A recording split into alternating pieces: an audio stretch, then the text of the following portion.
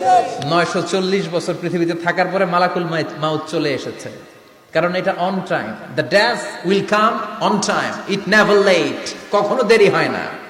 আল্লাহ বললেন লিকুল্লি উম্মাতিন আজালুন ফাইদা জাআ আজালুহুম লা ইস্তাখিরুনা সাআতান ওয়ালা ইস্তাকদিমুন।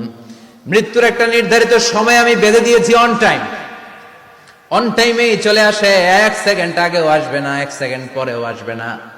940 বছর বয়সে মালাকুল মাউত এসে হাজির, এসে বলল জিইতু আন আকবাদা রূহাক, রূহ কবজ করতে আসছি। আদম আলাইহিস সালাম বললেন, রূহ কবজ করতে আসছো মানে? আমি বাঁচবো তো 1000 বছর। কয় বছর?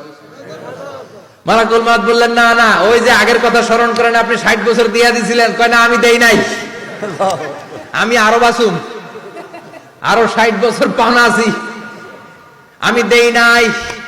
মালাকুল মাউত বললেন, আপনি দিয়েছেন? আদম বলে, দেই নাই। মালাকুল মাউত বলে, আল্লাহ ঘটনা দেখেন, দিয়া কয় দেই নাই। আল্লাহ কয় থাক, কথা কইস না, আয়া পড়। সুবহানাল্লাহ পড়েন।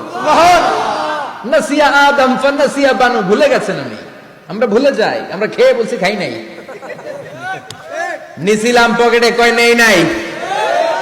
এরকম ডাকাইত আছে না নাই? নাসিয়া আদম ফানাসিয়া বানু। বিশ্বনবী বললেন, আদম ভুলেছে তো তার সন্তানরাও ভুলে যায়।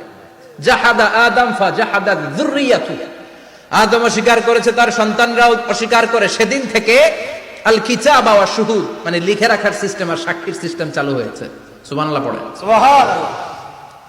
940 বছর বয়সে মালাকুল মাউত এসে আদম আলাইহিস সালামের রূহ নিতে পারে নাই। উনি 1000 বছর যখন হয়েছে তখন এসে সাইয়েদনা আদম আলাইহিস সালামের রূহ কবজ করেছে। যেই দিন পৃথিবীর প্রথম মানব, প্রথম নবীর রূহ মালাকুল মাউত দুনিয়ায় এসে কবজ করেছে, ওই দিনটাও ছিল জুমাবার। সুবহানাল্লাহ, আল্লাহু আকবার। আবার বিশ্বনবী বললেন, লা তাকুমুস সাআহ ইল্লা ফি ইয়াউমিল জুমআহ ইযা যুলজিলাতিল আরদু জিলজালাহা ওয়া আখরাজাতিল আরদু আসকালাহা।